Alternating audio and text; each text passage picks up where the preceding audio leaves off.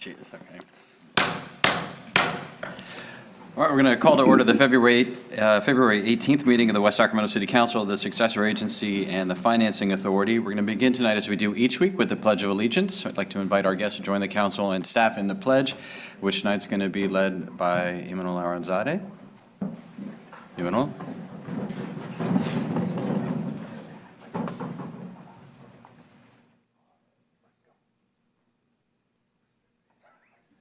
I'll play allegiance. To the flag of the United States of America, and to the republic for which it stands, one nation, under God, indivisible, with liberty and justice for all. Sorry, Robinson should have warned you. All right, the council did meet in closed session this evening to confer with our real property negotiators regarding 3 items. One with the parcels listed in our agenda, one on Linden Road, second 826 West Capitol Avenue, and third the Delta Lane project, and no action was taken. So that brings us to item 1A, which is presentations by the public on matters not on the agenda but within the jurisdiction of the City Council. As is noted on our agenda, the Council is prohibited by state law from having a discussion or taking action on items that are brought up under item 1A, but it is an important opportunity for a public forum. We do ask that anyone wishing to address the Council under this or any other item this evening to fill out one of the yellow cards that's available near the front door and turn the card into the City Clerk.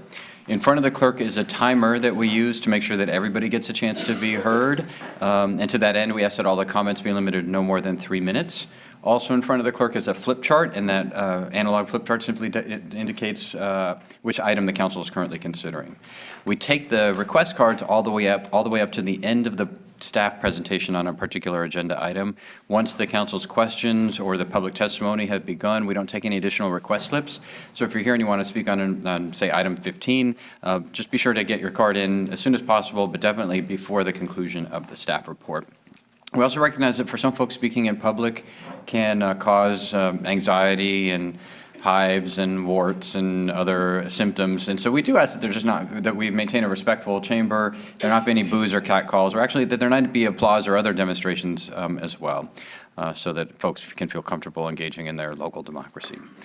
So with that, we have just one request to speak under item 1A, and that's by Bill Lowell.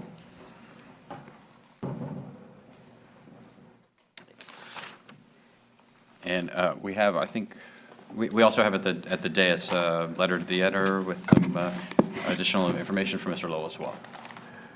Thank you, Mr. Mayor. William Lowell, West Sacramento, for the record. I suppose everybody noticed this article about the oil tanker trucks being derailed back east, and it seems to me like I understand we're going to be facing that problem too. And it seems to me like over 100 cars is a pretty long train. And if we can't do anything else about it, maybe we can get those, the length of those trains reduced to maybe 35 cars. It might be more manageable. But anyway, I'm continuing my little personal campaign to get what I call suitcase-shaped shopping carts made available to the public by the various stores in West Sacramento that have their shopping carts borrowed all the time without them being brought back. And one major store employee told me the reason they didn't have them all year was because they considered them a seasonal thing. And I said, well, since when is grocery shopping a seasonal thing? And he said, I'll mention that to my manager. And I went ahead and called their national headquarters and shared that thought with them too. And I think such shopping carts would also be handier if we ever get our street cars. I think one of those smaller carts would be handier on the street cars than the bigger ones. Thank you. Thank you, Mr. Lowell. All right, that's the only request we have to speak under item 1A, so we're going to proceed to item 1B, which is council communications. Are there any reports or other communications this evening? Very quickly, Mr. Mayor. Yeah, West SAFCA met last Thursday, and the major order of business is the negotiations between the property owners and West SAFCA for levee improvements. We are, I think we have issued 13 additional offers, and they are being looked at by the property owners, and hopefully we can come to some kind of an agreement and get the negotiations, because West Safka is going to need those properties for construction of the levee system. Thank you. All right, thank you very much, Mr. Kristoff. I have a couple of reports. The Streetcar Policy Committee, I think the council is well aware of the vote last night by the property owners across the river in Sacramento, which was just at the 2/3 threshold. It would have been a little bit over 70% if one of our chief advocates had actually filled out his complete ballot. So that's a very positive step. The next step is a public vote by the residents within, the voters within that same assessment district that will be binding. This last night's vote was an advisory vote. That next vote has to pass by 2/3. But the last night's results were certainly a very important step forward. And I know we've already communicated with the mayor and the council members there, and with Congresswoman Matsui, about our appreciation for their leadership and in support of that work. So that's been positive. We also simultaneously made it in the president's budget, which I think we talked about earlier. And the third leg of that stool then is the state's contribution, which will continue to work with the various state agencies and the governor's office on getting their contribution of $10 million to the $150 million project done. But all three of them are proceeding, reasonably well. So I think we feel like we're in good shape to have the project on track. The Code for America Leadership Council met earlier today, but we can cover that when we get to the Code for America item later. 2 weeks ago, we hosted a meeting of a session for regional elected officials under the aegis of the Local Government Commission and the State Housing and Community Development Department on affordable housing and transit-oriented development, with a particular focus on eligibility for the cap and trade funds in those programs. So it was one of the benefits of being in the capital region, which we had the director of HCD there to walk through kind of how to be best competitive and what sort of projects would do best for stuff in their department under the cap and trade funds. But we also had the deputy director of the Strategic Growth Council, which is the bigger player in that regard, because they have their hands in all the other pots on the cap and trade piece as well. So a lot of good information around strategy, some of which we'll be covering when we get to cap and trade directly ourselves. But it was a good session in both cases. The SGC and the HCD director, both kept pointing folks in the region to West Sacramento as an example of the place where this kind of projects are happening, and they're serving they're serving communities that have been historically underserved, and they're making a difference on the greenhouse gas emissions. So it was a good shot in the arm as well. This last weekend in New York City, the leadership, we had our quarterly leadership meeting for the U.S. Conference of Mayors, and I'll just provide the agenda separately for the council of that session. Sessions, a lot of sessions on sports. Our current president is the mayor of Sacramento, so it's no big surprise. So a lot of sessions on sort of professional sports and their relationships with cities, contract agreements, arena construction, stadium construction, including both major and minor leagues. We had a lot of participation from the NBA at this meeting as well. So it was positive. I had a chance to talk to the new ownership group of the Kings about spin-off projects here as well, and also to reinforce their continuing support. And the Kings organization played a significant role behind the scenes on the property owner vote on the streetcar as well. So we're trying to rally them at the New York meeting. Let's see. Oh, and the White House, I had the opportunity weekend, I think it was a week and a half ago, to be at the White House, and they're looking for some, they invited me to help on the rollout of the president's proposal, the America's College Promise proposal around community college, essentially free community college, extending the notion that the nation's public education system and expectations around what young people should be, how far they should be going in order to be successful in career, and also make the country competitive with so many other countries across the planet that have ramped up their educational standards. So they've asked me to lead that effort, which I said, yes, I just need your help on streetcar and the levee system. system. So that is, they've said we're doing what we're supposed to do so far right, which they are. So we'll keep on them on that piece. Then finally, the Sacramento Area Council of Governments Board of Directors is meeting tomorrow. We had our Transportation Committee meeting a week and a half ago. And our major topic, and this is going to continue to be the case for a while, is the Metropolitan Transportation Plan and the underlying sustainable communities strategy, which is essentially the land use plan for the region. And I brief the council on this like every other month around the fundamental challenge that we're facing in terms of the raw number of housing units has to go down for the region, not from what we've projected before. We're not bulldozing any houses, but the region had been more optimistic in its prior projections of growth than was justified, partly because of the impact of the recession. So that has to be scaled back. That also means that transportation investments have to be scaled back. And a key issue is that has two implications here.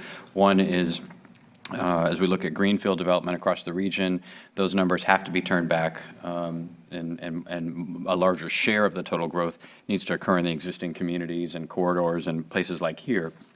But we also have greenfield projects in our plans, most notably Yarborough and River Park and Southport. And so projects like that across the region are having to be reexamined as to whether or not they're actually going to happen in the time window of the MTP, because it's a zero-sum game essentially. There's only a certain amount of growth that's forecast, and if we load up that growth plan with projects that don't actually happen, and we build the wrong transportation infrastructure in that period, then the projects that do happen won't have sufficient, the development projects that do happen won't have sufficient infrastructure to support them. So it's important to get it right, and kind of have to remove the fantasy part of our land use plans. And so it happens to align well with our general plan review. So we have been, and our staff has been working with SACOG on how to approach those issues from a West Sacramento perspective, and Planning Commission will be taking some of this up before it comes back to us.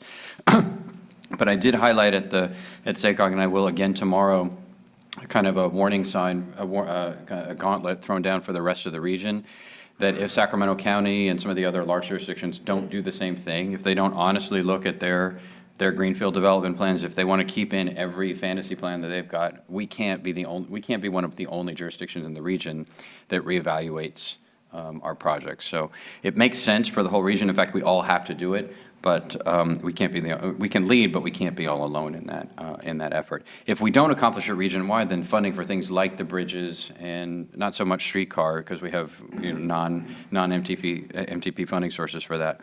The amount of revenues that are available for the kind of urban projects that we need to support both Southport and the rest of the city's future development is going to be in jeopardy. So it is important that we get it right.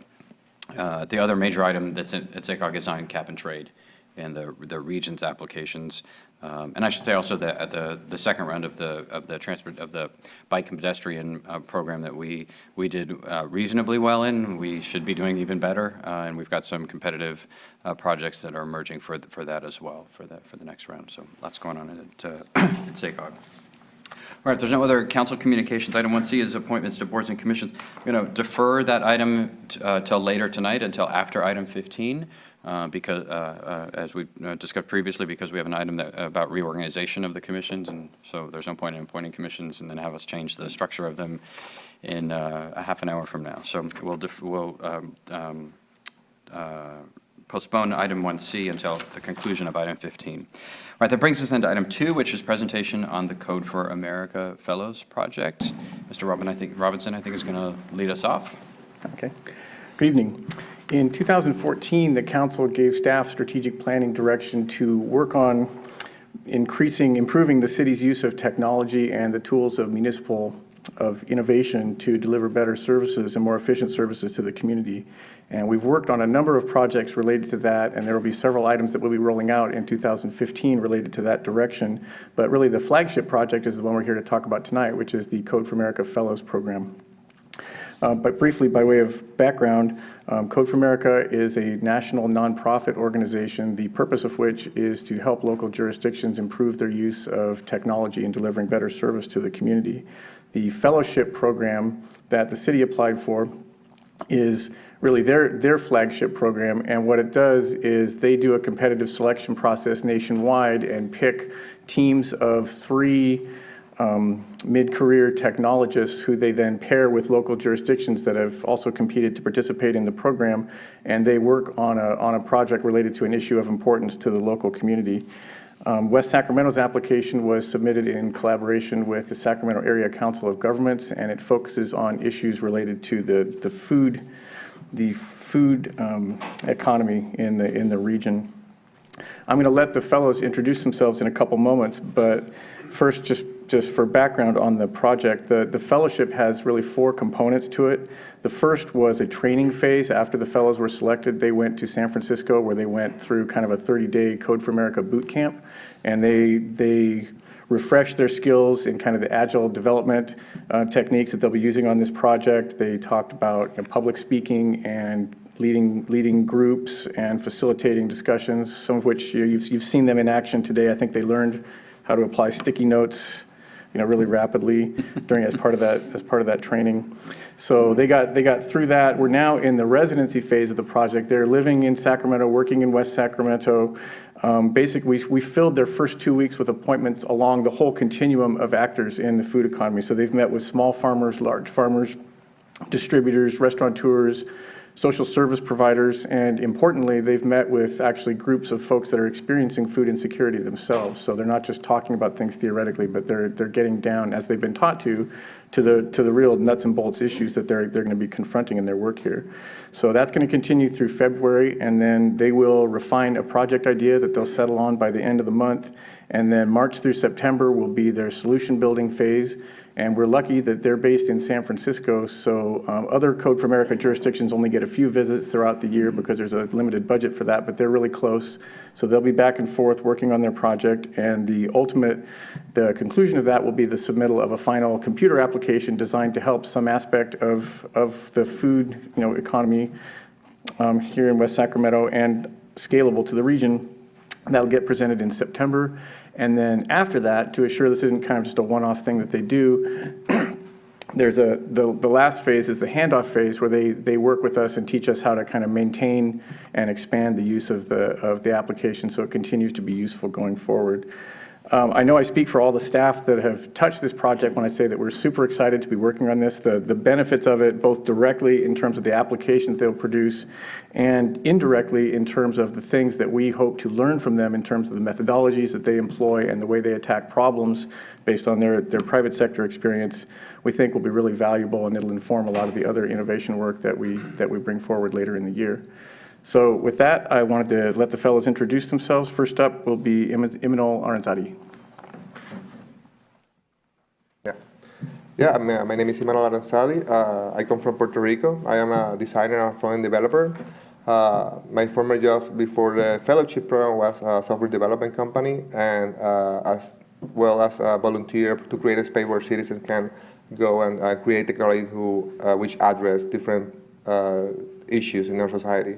We will be here the whole year. We're working with the city of West Sacramento for creating technology which address different problems in the areas of food and health. Thank you.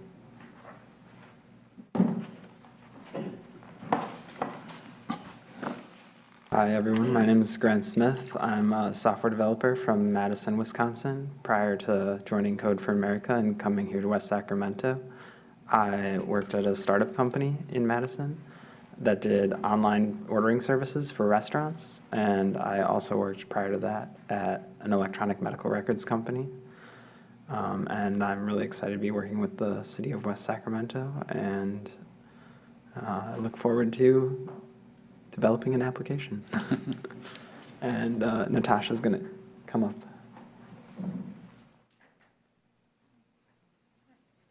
Hi, I'm Natasha Fernandez Fountain. I'm a user experience designer from Fort Lauderdale, Florida. Prior to Code for America, I was working on HR and payroll software for a small company in Weston, Florida.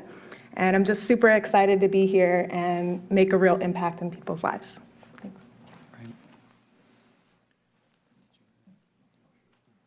Mayor Pro Tem, I'm sorry, I'm used to doing that, Councilmember Johannesson. Yeah, I'm excited. We attended the meeting today, and I think, like John had mentioned, one of the things that I think that you can give to staff, you've already given to the staff and the folks around this already, has been that whole development cycle and the thought process behind the rapid development, rapid prototyping, visualization of what the problem is and how you actually roll that out. You know, John and I were talking actually during the meeting, and these are things that, you know, we should be doing in governments, to be that nimble.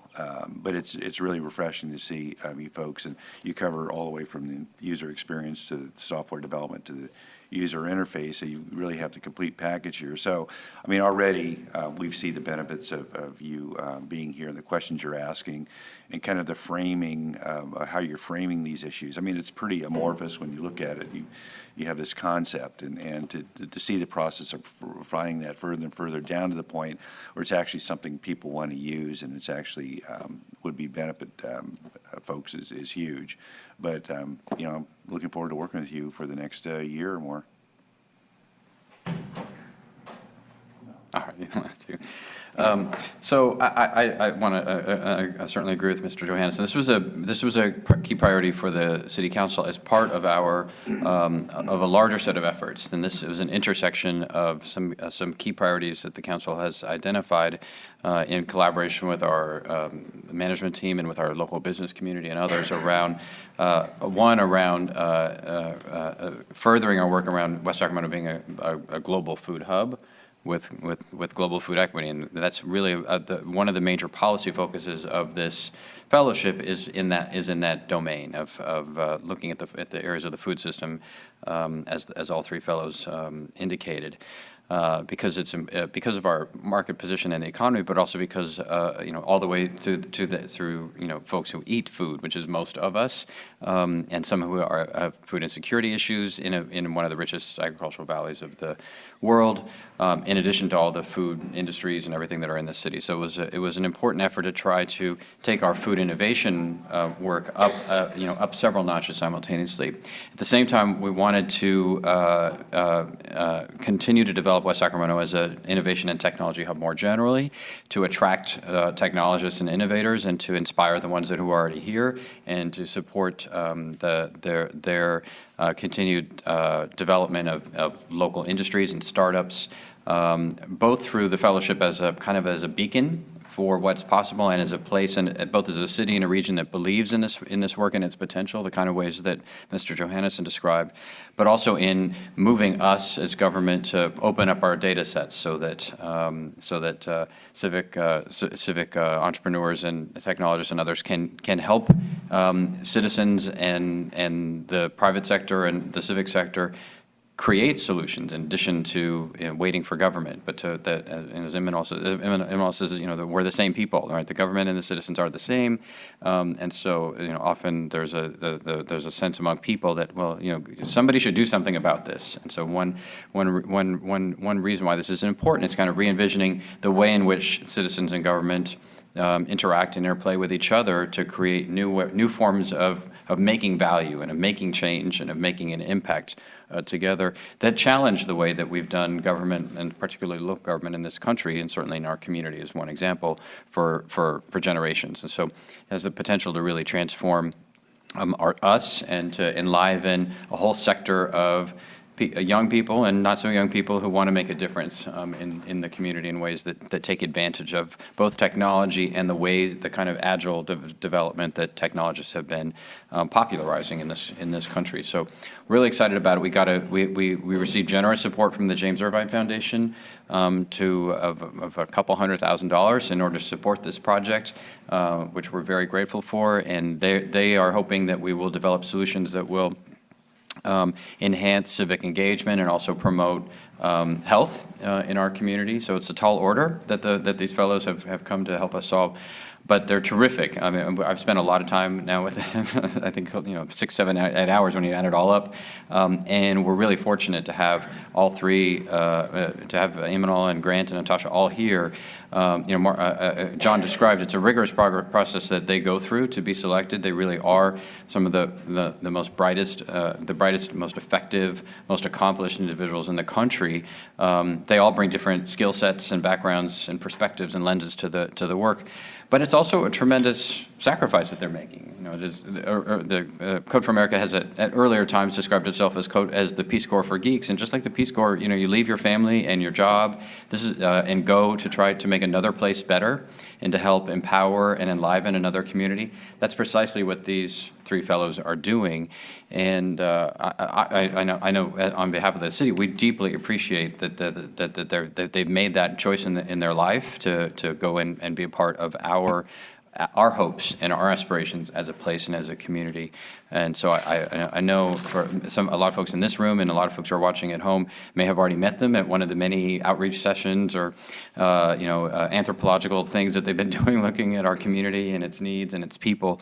But if you haven't met them yet and you see them in the community, introduce yourself. Let them know what your pleasure and pain points are in the food system in our community, and then say thank you, because we're really fortunate that there are civic-minded people in this country that are willing to step up and do projects like Code for America and make this work. We are the smallest city in the country to be hosting a Code for America Fellows. I believe we're the smallest city ever in the country to host Code for America, and Code for America put a bet on us.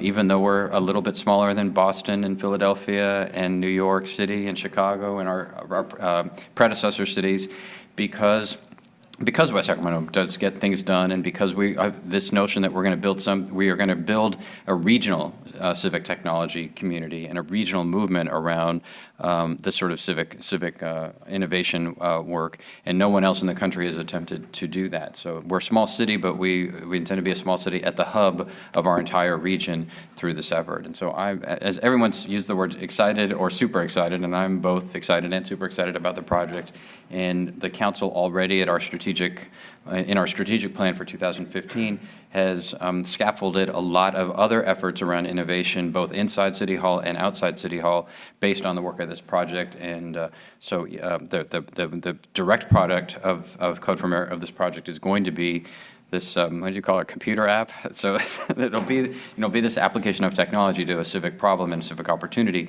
But it will as others have said, this is intended to leverage much more broad and deep impact inside City Hall, in the community as a whole, among entrepreneurs and technologists generally, drive economic development, drive social change, and have an impact in the whole region. So welcome, and thanks to folks in the community that have been hosting and providing hospitality to the fellows. This is going to be a great project.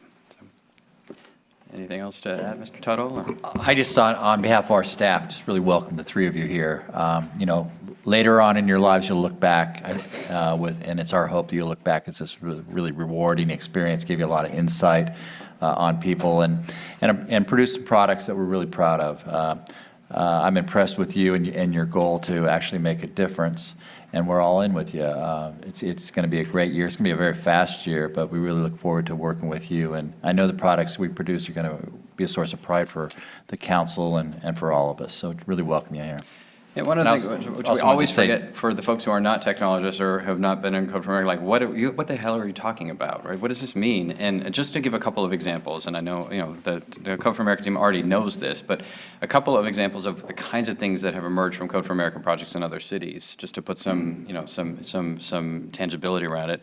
Last year's team in San Francisco developed an app, not even an app, a text messaging application that is very simple in what it looks like, but it's very powerful in its impact in the world. So imagine that you receive CalFresh, or what we used to call food stamps in this state, and you go to Rayleigh's on Friday with your ready to buy groceries for your family on the weekend in a community like ours, and you get to the cash register at the end of the line. You got your groceries for the week.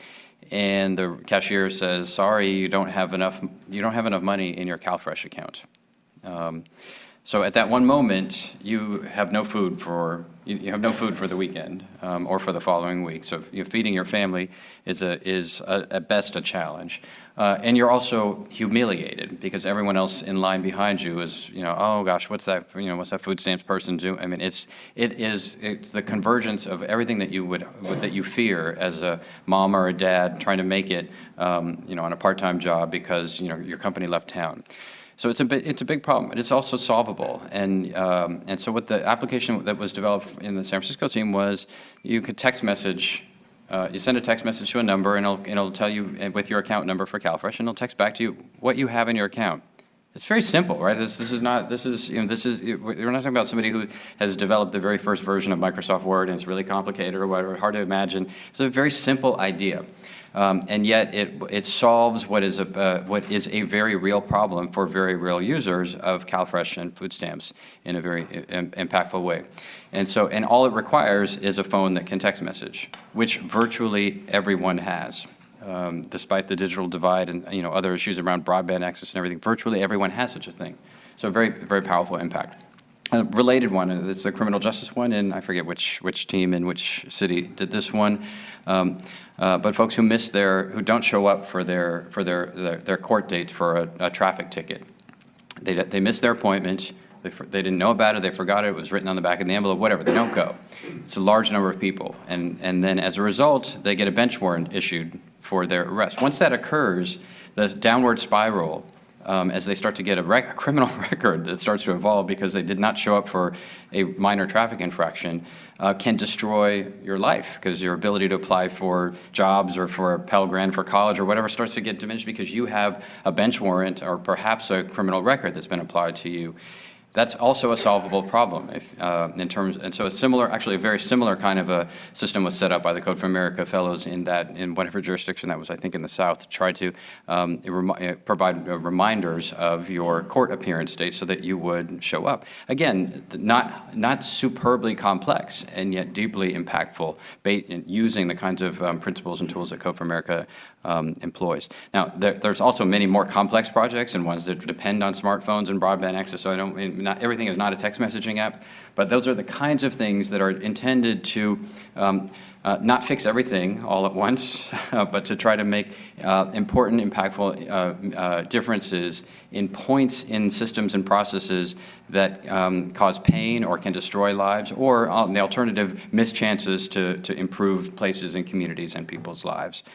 So that's why it's why we signed up for it again, in order to try to create some models like that here in our community and to learn some lessons about how to re-envision the way that we do our day-to-day business and how members of the public can contribute to creating value in their own neighborhoods and their own communities. So a long explanation, but we haven't talked about Code for America in the council meeting with the public for quite a while, so I thought it was useful. So again, thanks to the fellows. I know you're welcome to stay for the whole meeting, but I know you're also working on building now, so.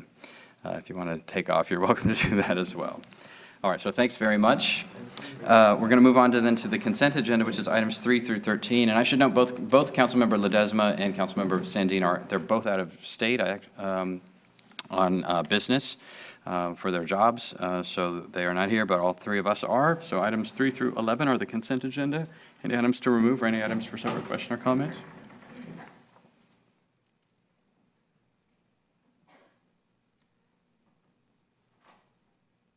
Oh, no. I just saw that on 13 it said public hearing to close, and I didn't know if that needed. Yeah, no, if I said 13, I'm sorry, I meant 11 was the end of the consent agenda. Yeah, actually, the one I wanted to ask about was on item 8, I think, which is the cap and trade item. Yeah.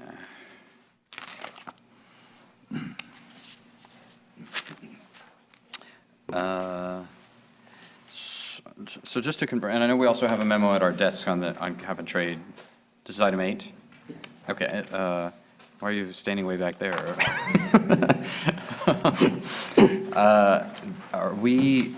The transit program, the streetcar is not eligible for that program?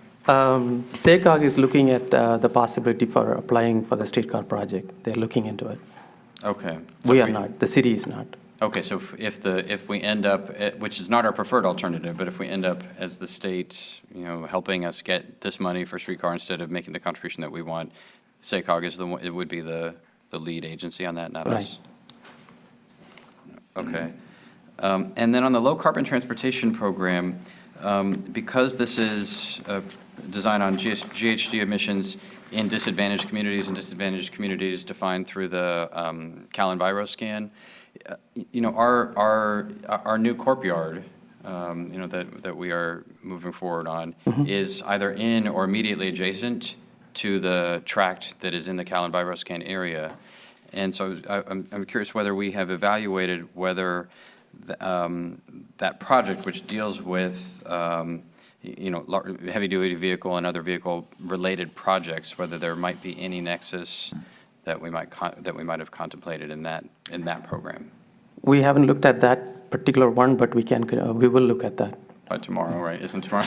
Well, for some of the programs, the due date is tomorrow. For the affordable housing and sustainable communities, it is due is tomorrow, but not all the programs. Okay.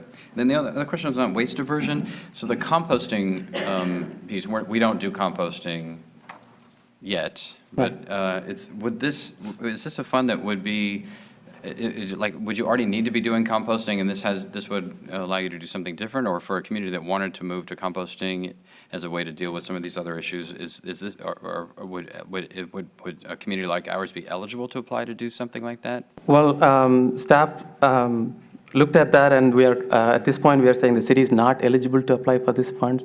I'm not exactly sure what the criteria is on that one. Okay, well, I imagine at least we're not eligible right now because we don't compost and we don't have a plan to compost. But if we had, I guess what I'm asking is, one of the reasons I've not ever proposed a plan for composting, I don't know how to start paying for it at the outset. And so I'm just curious if this potentially in the future round, if that's an eligible, or whether you have to already have a composting facility that you are, retrofitting or modernizing or what have you, so. We will look at that for the future cycles. Okay, great. Okay, thanks. All right, so there's nothing. Oh, and then we have one, no, that's it on item 8, thanks. Thank Then on item 10, we have one request for public comment, and that item is consideration of the acquisition of 826 West Capitol Avenue, and we have a request from Chris White, on behalf of Capitol Bowl. Good evening. I just came to express our support for the acquisition of the property and to also mention that Ross and I are very excited to help the city develop that piece of property into something that could be functional and useful and a brilliant part of West Capitol Avenue, and also to thank you for keeping your attention on the urban core with all of the other projects that are going on. So support for buying the property. All right, thank you. Thank you. All right, so that's it on the consent agenda. Is there a motion? Second. It's been moved and seconded. All those in favor, please say aye. Aye. Any opposed? Hearing none, that motion carries. That brings us to item 12, which is a public hearing in consideration of Resolution 15-2, approval of the West Sacramento Area Flood Control Agency's financing of flood protection improvements. Mr. Blumberg? Yeah, on February 12th, the West Africa Board authorized actions associated with the bond issuance that would include about $20 million net proceeds for flood protection improvements. Because West Africa is a JPA within the city's jurisdiction, government code requires that the city council, acting as a local agency, approve findings of significant benefit, public benefit of the projects to be funded from the bond proceeds. So tonight what we're asking you to do is to hold a public hearing to take comments on these projects, and then consider approval of Resolution 15-2, which finds that there is a significant public benefit. On page 2 of your agenda report, there's a list of the proposed uses of the bond proceeds. I just caution that it's purely illustrative in nature. The types of projects are definitely the ones that will be funded, but the actual dollar amounts will depend on cash flow needs of West Safka. And so the largest use of funds there is pretty clearly going to be the Southport Sacramento River Levee construction project. So following tonight's action, the bond sale would be able to proceed around March 19th, and then, assuming all goes well, West Africa would have their funds sometime around April 2nd. And so that concludes staff's presentation. Any questions before we open the public hearing? Seeing none, we'll open the public hearing on item 12. We don't have any requests to speak on this, but since it's a public hearing, does anyone wish to address the council on this item? Seeing none, we'll close the public hearing, return to the council for any further questions or comments or for a motion. Mr. Mayor?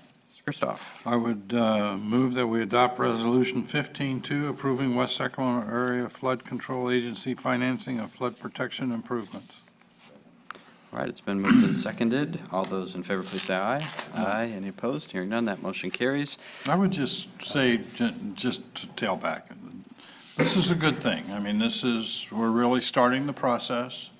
Once we get the negotiations and the property under our control, we're really starting the process to put in a flood protection levy that is going to really protect the citizens of West Sacramento, much better than it does today. We haven't had any issues, but we came close in a few years, in 1986 and 1990. But now we are, we've taken a real undertaking to protect our community, and it is extremely important that we do.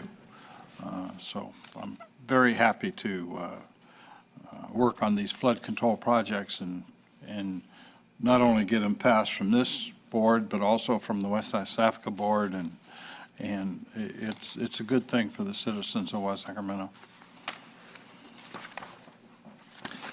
All right, then with that, we'll move on to item 13. Thank you, Mr. Christoph, which is a public hearing to close out Grant 12 CDBG 8422 and to consider Resolution 15-1 approving submission of a request for approval of Community Development Block Grant supplemental activities. Ms. Collis.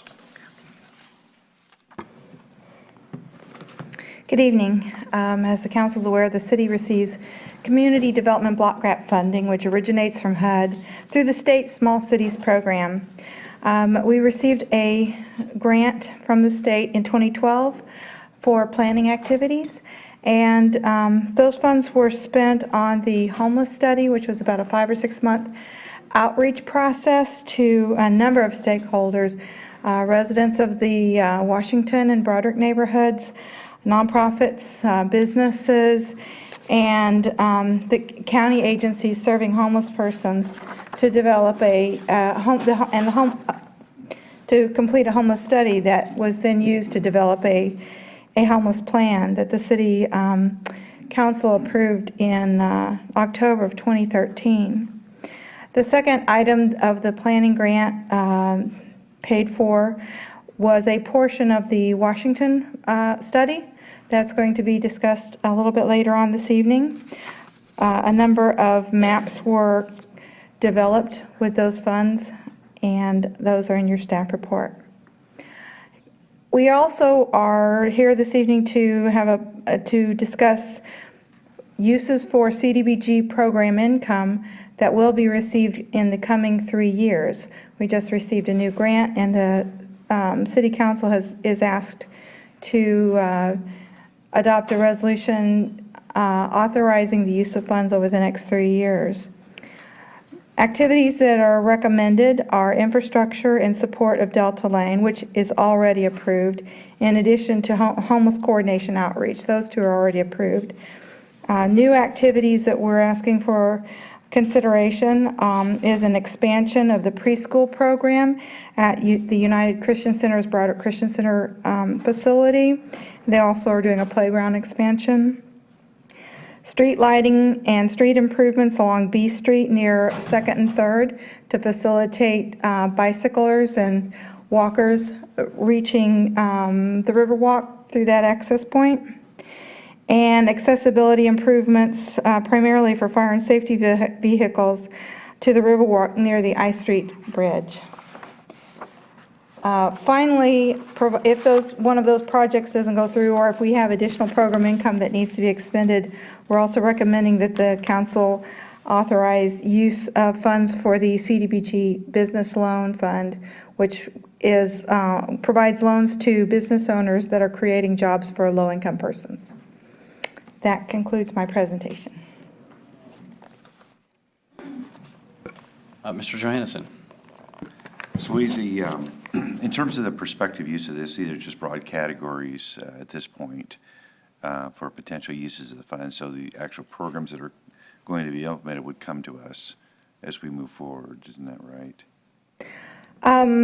These are specific projects, but anytime we spend funds in excess of $50,000, that usually comes to the city council for paying a consultant or a contractor. So this would authorize the use of the CDBG funds so that the state can put it in our contract, but it wouldn't authorize staff to go spend $100,000 on a street project that would be in excess of, that would require city council authorization otherwise. But just to follow up on that, because we don't have, there's no, other than the ones we've already approved, there's no budget on this. Correct. If their budget, the state did not request a budget and actually recommended that we not put a budget because we maybe wait 2 years before we get enough program income to do a project, and a budget at, 2 years from now might be significantly different. So these are going to be projects that will be in the grant contract simply because the state needs to do that for them to be approved by the state, not necessarily for approval of the project or the approval of the budget at the city level. Okay, so I mean, to kind of bring that this point to a focus, then because I think what I would hope would not be happening is that we would get a $60,000 item on street lighting, and then 2 months later a $100,000 item. It just gets metered out. We at some point we need, even if the state doesn't require it and recommends again, we still need to at some point say, here is the total program of work on street and lighting improvements on B Street. Here's the total program of work on accessibility improvements. Is that right? I mean, we need to see that, and okay, is that, no, we're spending too much on that one and not enough on that. What are the trade-offs if we do that? And we don't really have the opportunity to do that in this format because it's just the concept. So it doesn't belong in here, but at some point the council needs some format in which we're able to look at the total. So. Okay, yeah, we do have the budget for the preschool because they've submitted those, they've gotten cost estimates on that. Okay, and on the preschool one, is the UCC preschool, is it part of the Up for West Sac family in terms of the quality standards and that sort of thing? That They are not participating in Up for West Sac at this time. They're authorized, this program that they're funded through is directly through the state. Yeah, but Carol, is Carol still here? I can't see. I'm over here, there you Mr. go. Mayor. So do you know what I'm talking about? Are they in the? No, they're not in the Upper West Sac Are they committed to the program. same standards and stuff that we're? The state preschool has fairly high standards. They don't have quite the same standards that are under the Upper West Sac program, mainly in the area of the family support specialists and some of the curriculum requirements. But our director, Justina Menes, has been over there and visited the program and, speaks highly of it. And we are planning, once the new grant comes out from First Five California, we are planning to do more outreach with them and see if we can actually bring them under the auspices of our program. So if we were to approve this tonight, would you consider that to be done, and then you're just negotiating a final agreement with them, or would it come back to us? Well, approving this really is separate and apart from the inclusion in the Up for West Sac program, or what would be happening with that. I guess part of the reason I'm asking, to me, they need to be linked, right? So I am, as you know, because I spoke at the First Five Conference last week, it's important that we use our connecting points with non across the street providers, with the rest of the provider network in the city to drive a level of quality expectation that parents in the community can expect. Yes, if I enroll my child in this preschool, they will be ready.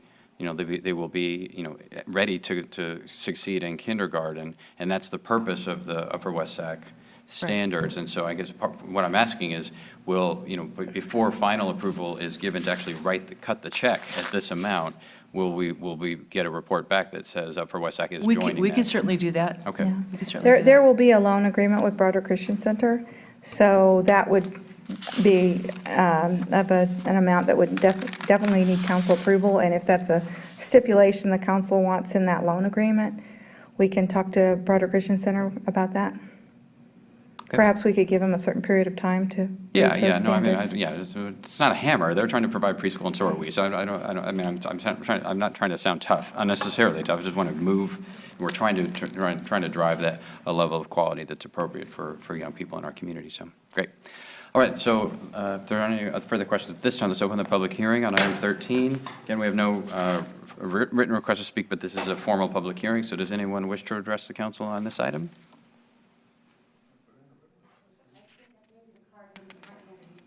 Oh, okay. Oh, wait, there's another one in there too. Hold on a second. Oh, that's a different item. Okay, sorry, okay, come on. Sorry about that. Yeah. Sergey Shkarkin, I'm Director of the Broader Christian Center. I just want to thank city staff for approaching us on this project and for all the help that, and the Housing Advisory Commission for supporting us on it and recommending it forward. And we look forward to working whatever, if, whatever the city would like to do. We very much would like to cooperate with whatever efforts are in the city. We're working closely with the state. They monitor us very closely, and we go through regular yearly audits with them. And and if you got, this is Laura Roy, who's been the director there for 14 years. And if anyone has any questions, we'd be very happy to answer them. Great, all right, then with that, we're going to close the public hearing on item 13 and we're going to turn to the council. Further questions or discussion or for a motion? Mr. Mayor? Mr. Johannesson. Sorry, everyone has to work a little more tonight. Yeah. The motion is council to adopt resolution 15-1 approving submission of a request for approval of CDBG supplemental activities for the following activities: the street lighting improvements along B Street near 2nd and 3rd Street, accessibility to the Riverwalk near the Ice Street Bridge, United Christian Center's preschool and playground expansion, and the CDBG Business Loan Fund. Second. It's been moved and seconded. Seeing no further discussion, all those in favor, please say aye. Aye. Aye. Any opposed? Hearing none. That motion carries. All right. That brings us on to item 14, which is consideration of lease agreement with Cisco Capital for network infrastructure replacement. Mr. Miller. Evening. As part of IT's ongoing replacement strategy for our equipment, we're looking to enter into a lease-to-own agreement with proposed by Cisco Capital to replace a large portion of our network infrastructure.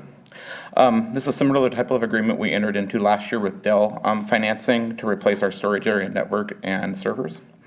The network equipment we're looking to replace was installed in 2001 when City Hall opened, so it's over 13 years old. In addition to the age of the equipment, Cisco will no longer be providing support for the product. This means that we'll no longer be able to get software updates, security patches, or hardware support from Cisco. Replacing said equipment will not only minimize our risk, but it will also improve the speed of our network and the data delivery to our computers.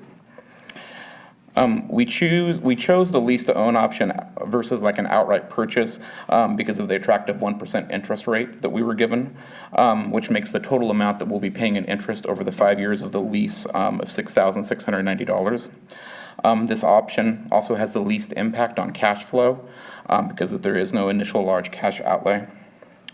The lifetime and viability of the network equipment actually would exceed a typical lease, which is why we're not looking at that, because we'd keep the equipment longer than the typical 4 to 5 years that you would do if you leased it via that method. Also, there's no prepayment penalty on this lease, and the money is already in the budget, so there is no additional cost to the city. To conclude, it's respectfully recommended that the City Council agree to enter into this lease proposed by Cisco Capital to replace our aging network equipment. I'd be happy to answer any questions you may have.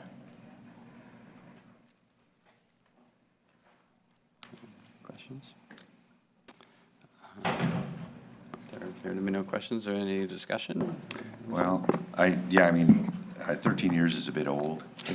So, I mean, that's really technology. I don't know what it was 13 years ago, but it's definitely something we need. I mean, I can't, price-wise, these things are expensive, and I understand that. I think it's something we have to do, and particularly as we start looking at some of the more civic connectivity to what we're doing, I think we need to make sure infrastructure keeps up with that. So I'd be favorable to this. I agree. It's remarkable support that has kept it up this long. But is with the new equipment that we purchased from Cisco, are we anticipating the same time period before they declare that they're not supporting it any longer? So when you buy the equipment, yes, you're looking probably about a 10 to 13-year lifetime of the equipment. This has been longer than we normally would have replaced it. We just hit that downfall from 2007 when the kind of the economy went south. Typically, we're looking at about an 8-year replacement time frame on network equipment. So it won't be as old in the next time we come back to council for it. Make a note, 8 years from now. All right, and any further discussion? Is there a motion? Second. Okay, it's been moved and seconded, so no further debate. All those in favor, please say aye. Aye. Any opposed? Hearing none, that motion carries. Thank you, Rob. Item 15 is consideration of first reading of ordinance 15-1, amending Chapter 2.20 of the Municipal Code concerning boards and commissions. We're doing that report. Ms. Rankin is out ill tonight, so I'm doing the report on her behalf. Mr. Mayor, members of the council, before you tonight is the first reading of the ordinance amending the municipal code section concerning boards and commissions. And this follows a previous discussion brought forth by the mayor relative to some proposal for restructuring. And we believe that it incorporates all of the items that were previously discussed by the council. Namely, all of the ordinance before you combines some commissions, eliminates some, and expands the number of members of each commission. So all of the commissions under this proposal would be 7 members. The EDAC and HAC commissions, the Economic Development and Housing Advisory Commission, would be combined. The Agricultural and Natural Resources Commission would be restructured into an Environmental and Utilities Commission with an enhanced scope. The Parks and Recreation Commission would be expanded to include the Parks, Recreation, and Intergenerational Services Commission, and that would replace the Youth Commission and the Commission on Aging. And a new commission would be implemented called the Transportation, Mobility, and Infrastructure Commission. And there's a brief scope in the agenda report for each one of the commissions. Also in the proposed amendments to the code, there's a provision that allows for the appointment of city council members to serve as a commission liaison, something that was previously only accorded to the Youth Commission. There are a couple things that aren't addressed in the ordinance. We wanted to bring those to the council's attention. One of them was currently there's no set forth meeting schedule. Each commission adopts their meeting schedule by resolution. And we're not recommending that be changed, but we asked for some council direction on the frequency of meetings that you would like. And finally, the council had previously expressed wanting to have more information conveyed to you as to the commission comments or recommendations on specific actions. So there's a new template to the council agenda report attached that has an actual subsection under the analysis called commission recommendation. So that would actually, have us call out very specifically what the commission pertaining to that item acted on or what they recommended.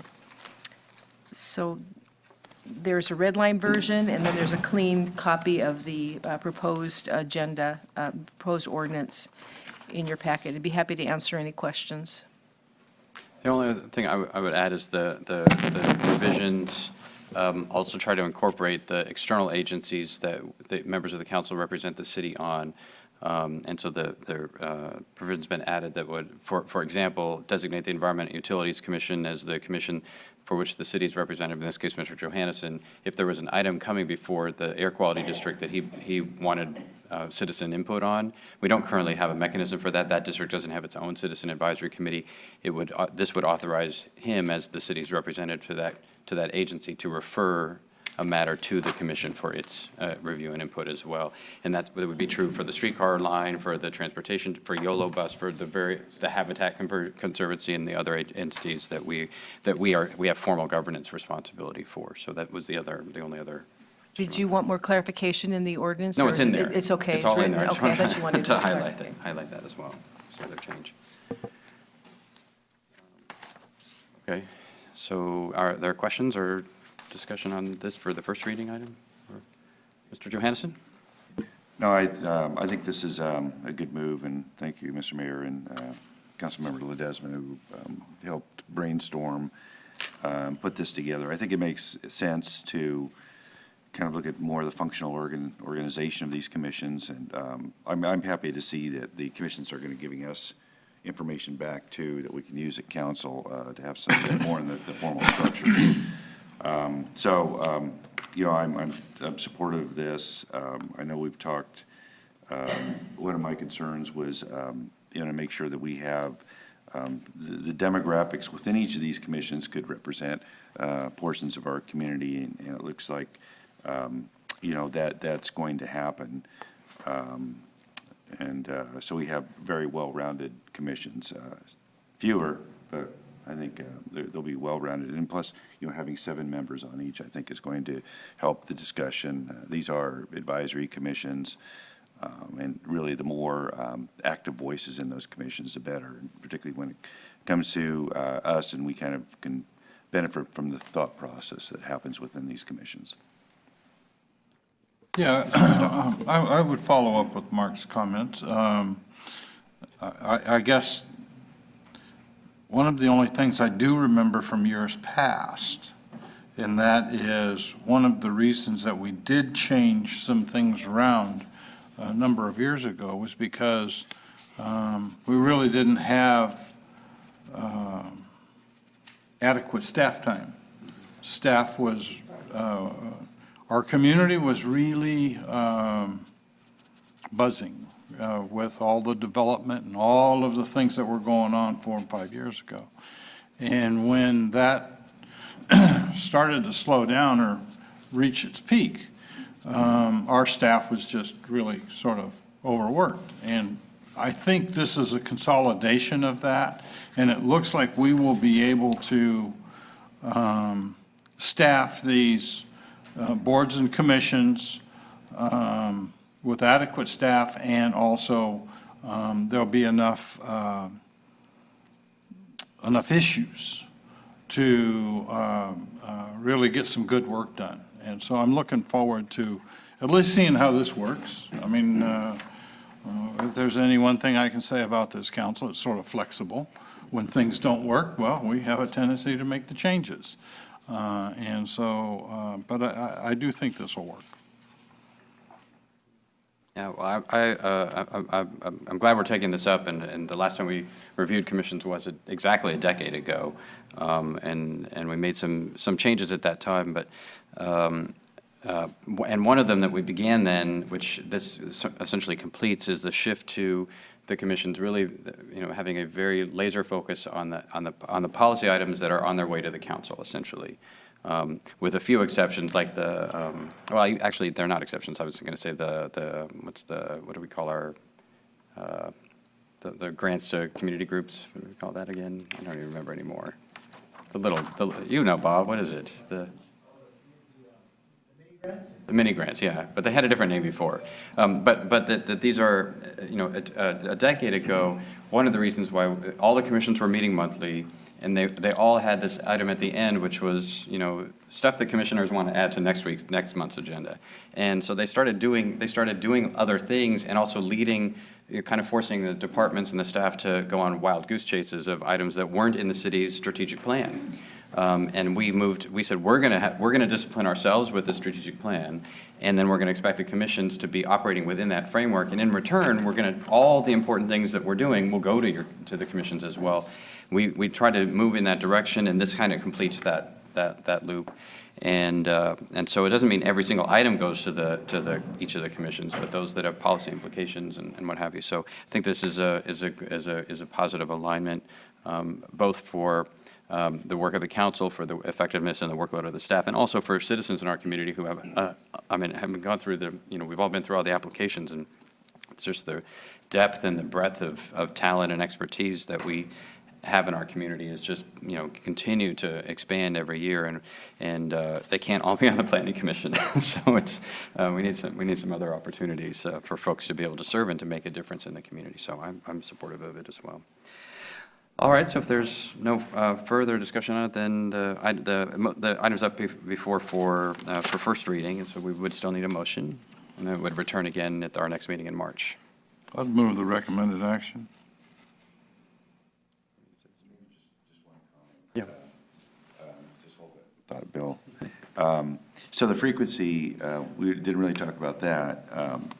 I'm okay with the frequencies laid out in the plan. It's just, I want to make sure that's going to be okay as issues come up, that we have flexibility enough to make sure that we do have the advice, maybe a special meeting or something along that line. Yeah, my own sense is if we look at the actual items, maybe at some point, if the clerk's office were to take a look at the items, take a look backwards at the last 12 months of city council agenda items, parcel them out by commission, and get a sense from that, both in terms of the volume and the time sensitivity of how often they need to meet. We don't necessarily need to be making some abstract decision. This one should meet every other month, and this one should meet quarterly. Take a look at what is the flow of business look like, and if that's quarterly, then quarterly is great. I think the one thing I think we've talked about trying to avoid is the problem that we have had, which was we'd say we will convene a special meeting, and so we start canceling all the meetings, and then when the time comes, we forget to call the special meeting, and so the commission never gets convened. There's regular meetings all get canceled, and then when the key item comes up, they still get passed over, and we don't want that to happen. And so I'd suggest the manager's office and the city clerk's office take a look at that and figure out what makes sense from the workflow of policy items that are coming to the council. All right, so is that a second? I'll second the motion. All right, it's moved and seconded. All those in favor, please say aye. Aye. Aye. Any opposed? Hearing none, that motion carries. So I was going to return then to 1C, which is the appointments, which needed to, at least a sense of what the structure was going to be. So I'm going to hand this one out. This is the list. And so I prepared a set of appointments for the commissions with an expectation that upon a final enactment of the ordinance, we would adopt essentially a succession marker for the commissions whose names are changing and what have you, or if we have to reappoint at that time, but so that the commissions can get their work underway. So we've also at times had quorum problems with the commissions, which we had already solved, but we had not realized that we had done so. A couple of years back, we passed an ordinance change providing for alternate members of the commissions. I just have never appointed anyone to the alternate slot, and so in this framework, I'm proposing to do so. Both for the quorum issues and partly also to create more paths for folks to start to get exposed and interest and contribute. And so on this sheet, the only key thing is the asterisks, because some of the commissions would be changing from 5 to 7 members. Tonight, I'm only appointing 5 members, because that's what the ordinance is, and then would come back when the ordinance takes effect, which would be in April or May, with the final 2 appointments to each of those 2 commissions, and then also the 1 slot that we would be designating for a young person in our community under the age 18. I'm also holding a slot open for that as well. I have made in this set we received lots and lots of applications. Council members made nominations. I also interviewed scores of applicants in the community. And as I indicated, I was deeply impressed by the passion and the interest and the talent and just the rich array of folks we've got in our community. But I should, as I indicated before, a lot more folks applied for the Planning Commission than we could accommodate, and we continue to have a much greater representation of applicants in Southport than in other parts of the community. And what I think is good news, in most every case, commissioners from before want to be commissioners again, and often on the same commissions.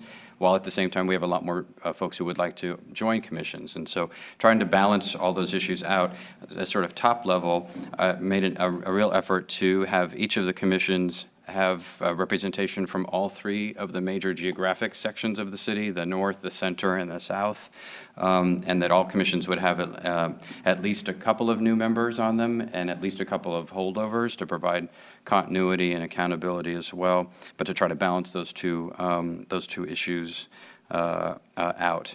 And then, of course, all of that within the boundaries of the council's own, of your own nominations for each of the commissions. As well. And so that's what this overall framework looks like, with particular attention to to issues around the aging population, which is the whole population of the community, but particularly around issues of seniors in our community, with the Parks and Recreation and Intergenerational Services Commission having, as that emerges, it would have responsibility for the services component of that work. And so paid attention to the appointments in that regard with folks who have interest or expertise or perspective in that domain. But I think, as a couple council members have pointed out, in particular Mr. Johannesson, that it's important in the areas of transportation and infrastructure, for example, that the issues that we had always hoped would be in the Commission on Aging but never quite really made it there would be taken up. That there'd be a very clear lens on issues for seniors and others with limited mobility issues at that commission. And so, but that only works if there's someone there that raises those issues. And same thing at planning and at housing. And so I've made a real effort to try to essentially spread the Commission on Aging across a wide array of the commissions, so that the issues that were part of the Commission's charge but never really took hold, as the Commission focused principally on the Senior Center, would get represented more broadly among the Commission's, the broader set of commissioners. So that's the overall piece. I'm happy to go through any individuals that members of the council would like to ask about, although many of these are your own nominations, but that's the proposal. So my nominations tonight would be for these commissions, but with the names that are in parentheses, not the main ones, because those are the existing ones, and excluding the ones that have asterisks by them, because those would come at a later date if the ordinance that we just discussed is ultimately passed and takes effect in April or May. Questions or discussion? Or? I would move the item. All right. Second. It's been moved and seconded. All those in favor, please say aye. Aye. Aye. Any opposed? Hearing none, that motion carries.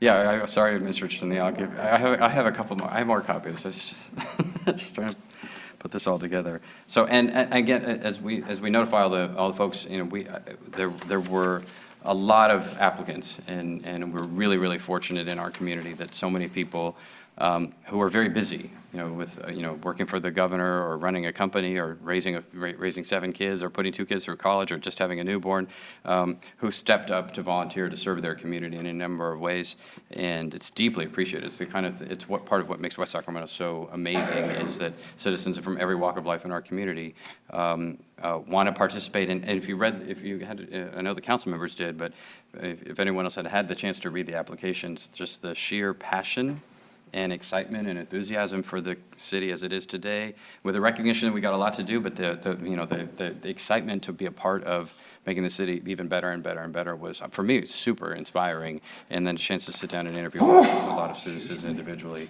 reaffirmed that as well. So we'll be sending out the notices, I know, from the clerk's office to the applicants of, who were appointed or not appointed, but particularly for those who were not, we need to convey to them how much we value their interest, and know there'll be new roles for them to play, and that we're glad they stepped up. So thanks so much. That brings us then to item 16, which is a presentation and discussion of Ordinance 15-2, repealing and adding Chapter 13.10 of the Municipal Code relating to urban stormwater management, and amending Chapter 15.08 relating to erosion and runoff control.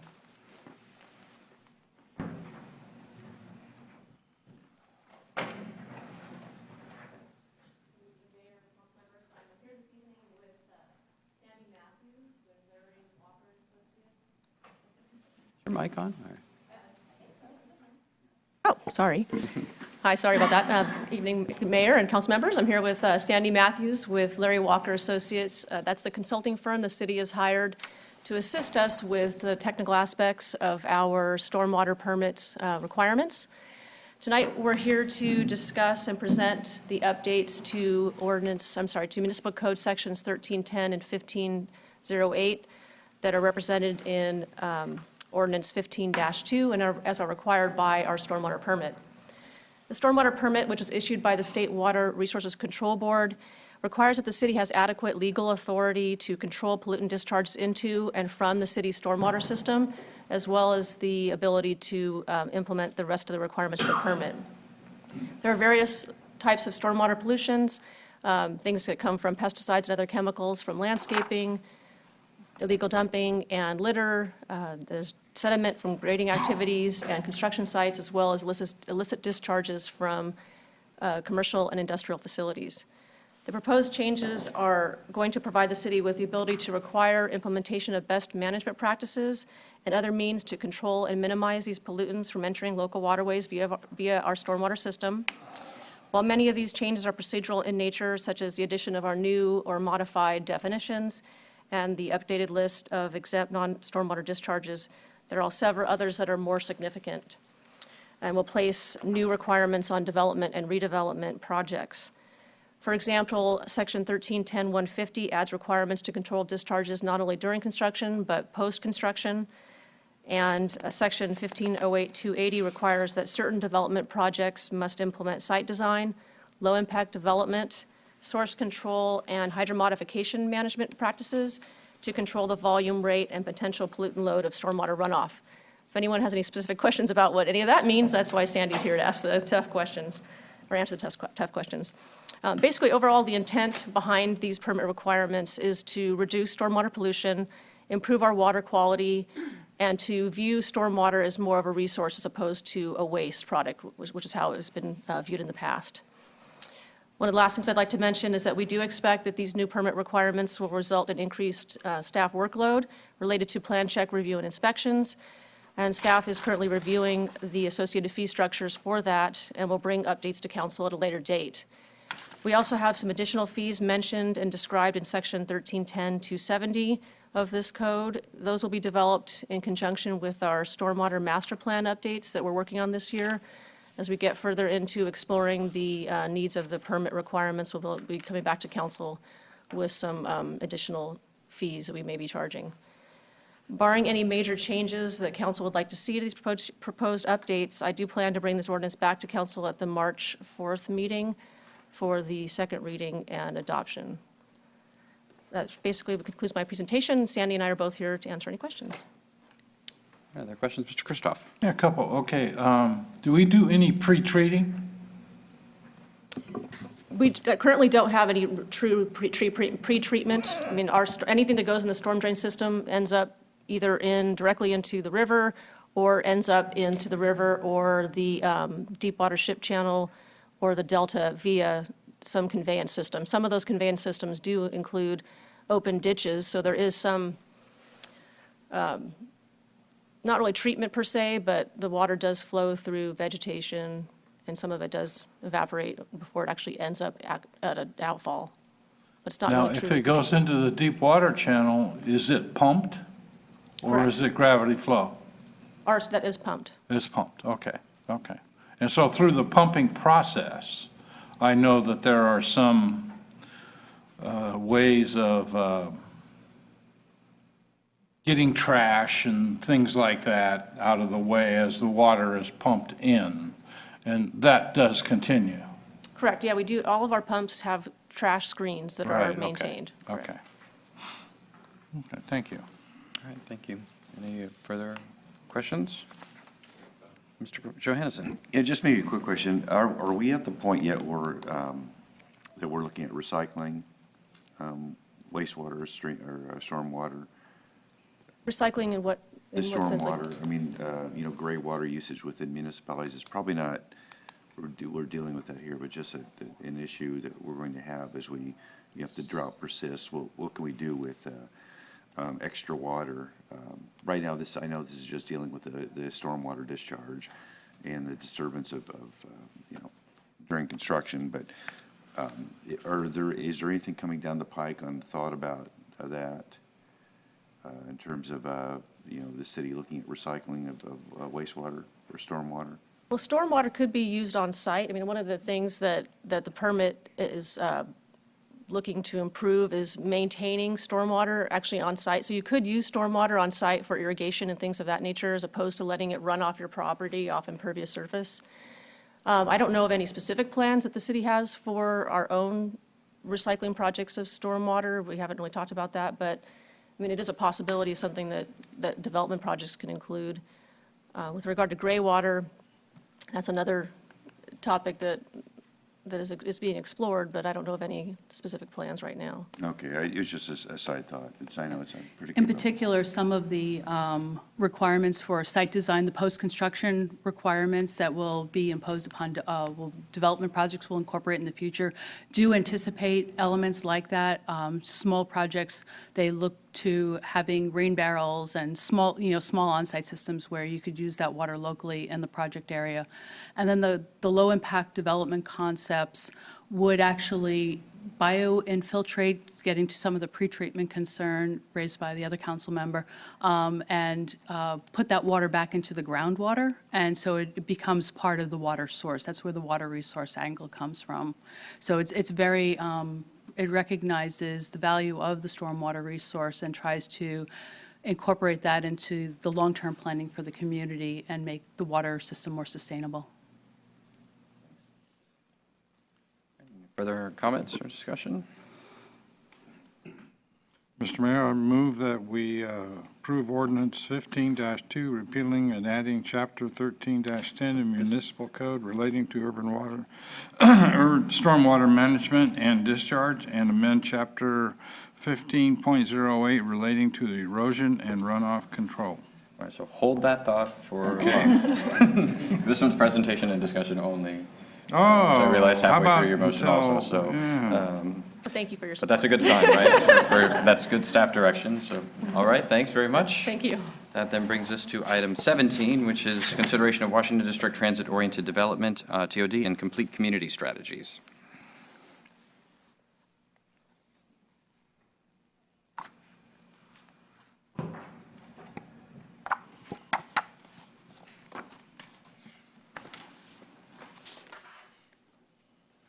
Good evening, Mayor, Council members. Tonight, staff is recommending that the City Council approve the HUD Sustainable Communities Planning Challenge grant strategies and delegate authority to the city manager to incorporate technical edits and additions and take all actions necessary to finalize the document in the form substantially attached. As council is aware, the two strategies, transit-oriented development and complete community, were developed with a robust community engagement process and participation and an extensive baseline assessment of existing conditions and challenges in the district. Except for the land use section, the policy content has been heard by the council and conceptually approved in prior council hearings, and staff made an overall presentation of the strategy content at the January 28, 2015 council hearing. Therefore, I'll be very brief.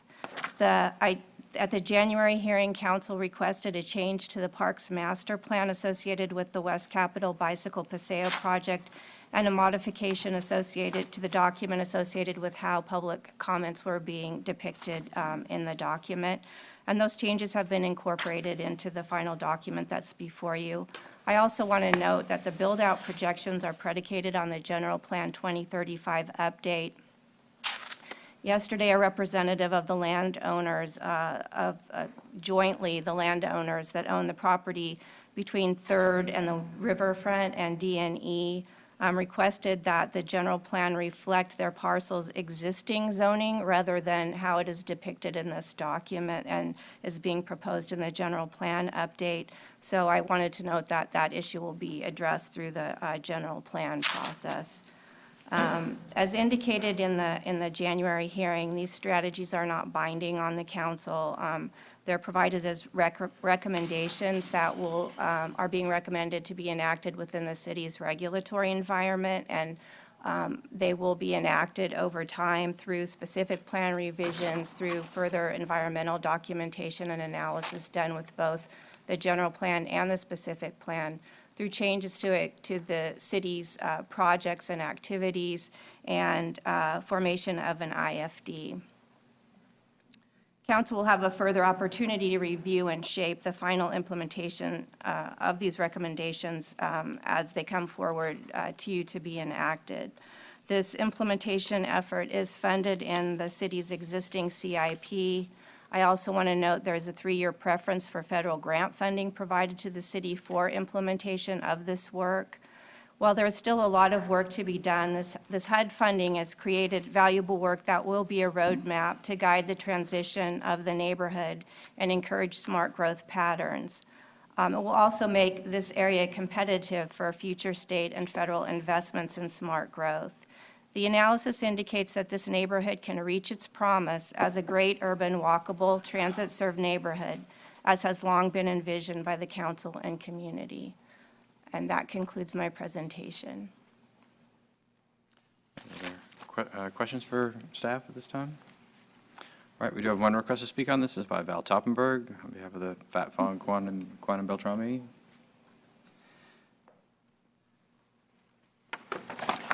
Mr. Mayor and City Council, thank you for the opportunity to speak with you tonight. I'm here representing the owners of the One Riverfront Plaza properties, the Frank Fat family, the George Quan family, the Colin Fong family, the Beltrami families, and the Wentz families.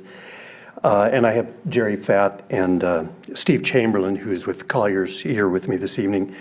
The owners wanted to express their support for the concepts in this master plan.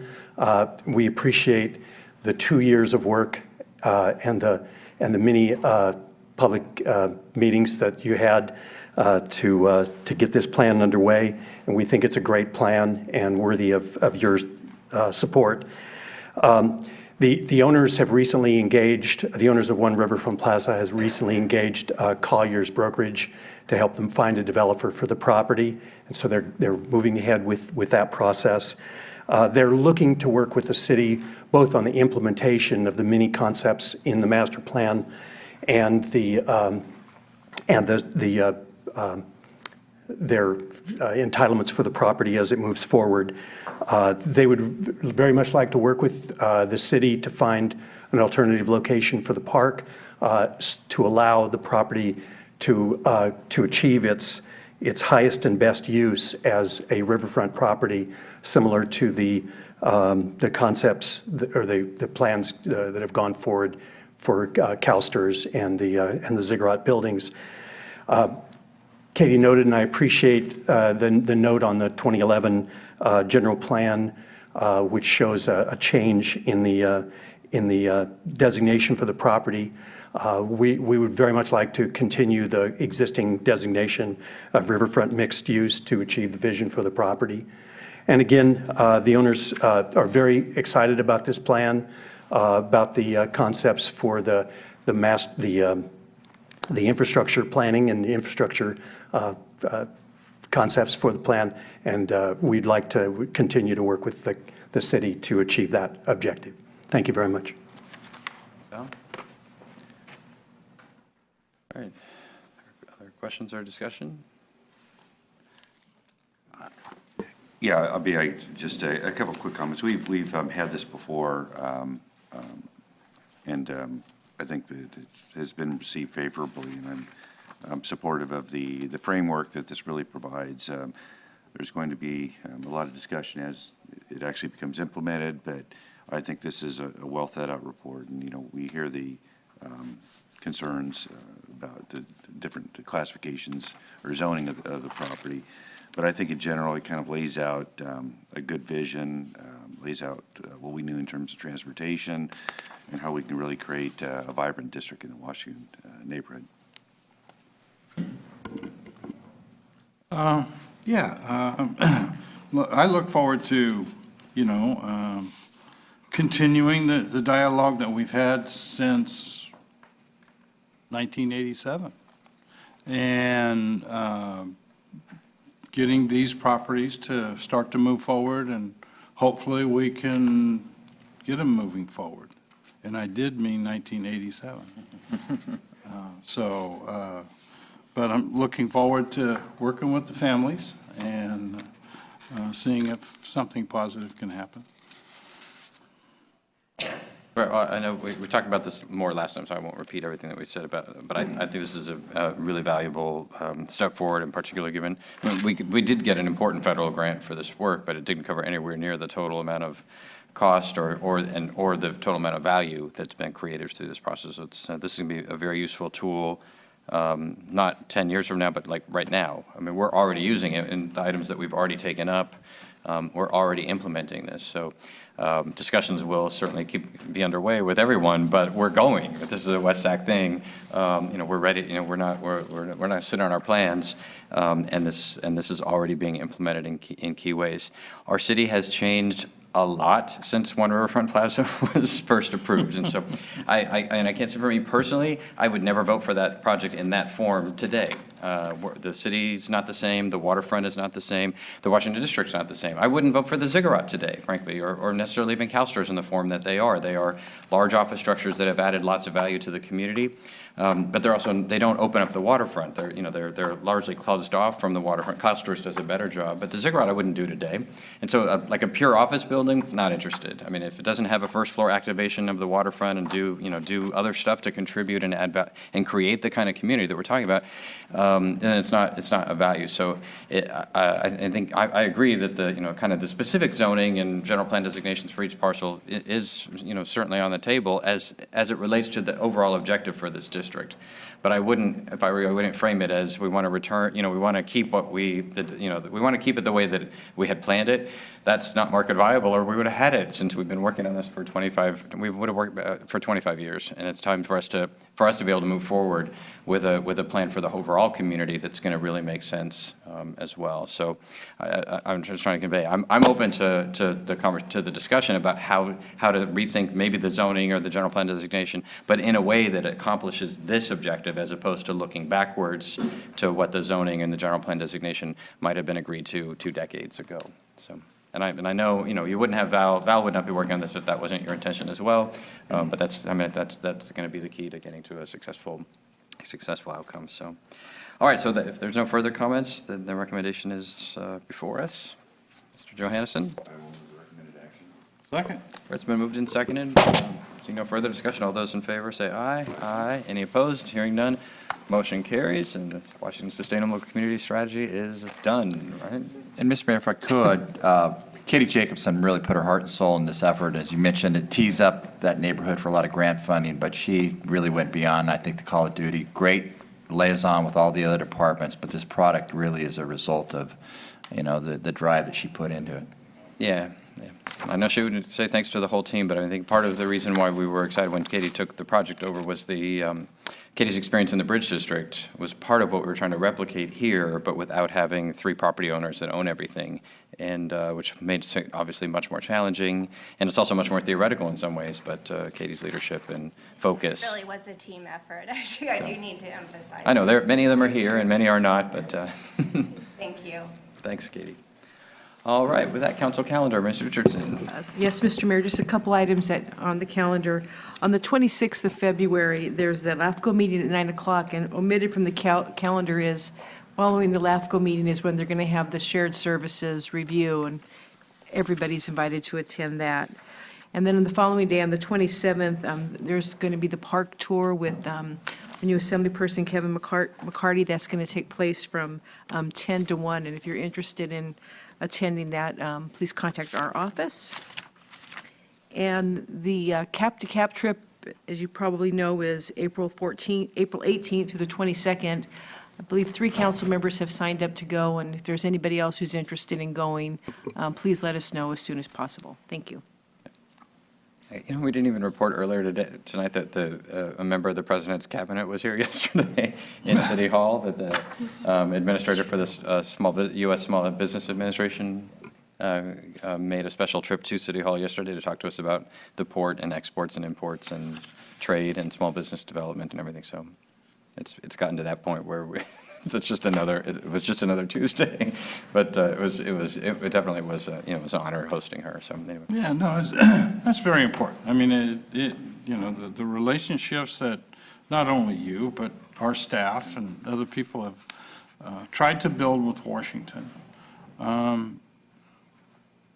over the long haul those kinds of relationships have a tendency to pay off. There will be something that is remembered by the policymakers that, oh yeah, I remember West Sacramento, or whatever it may be, but it will help. And look, I think those are good things. All right, any questions on the calendar? Mr. Mayor? Yep. I was Mr. just informed that the tour with Kevin McCarty is actually 9 to 12 on Friday, not 10 to 1. Okay. All right, city manager report. Mayor, you did mention the memo that we provided on the cap and trade concept that we were going to submit tomorrow. In addition, there was a memo on the update for the bridge to housing. We're on the last 10 days. There's a status report. A lot going on, though, so big effort, so we'll continue to keep you posted on the progress of that program. Any questions for the city manager? City attorney report? Staff direction from members of the council? We have no future agenda item requests? Oh, Mr. Christoph, No, I didn't have future item, but staff direction or adjournment? would you? End the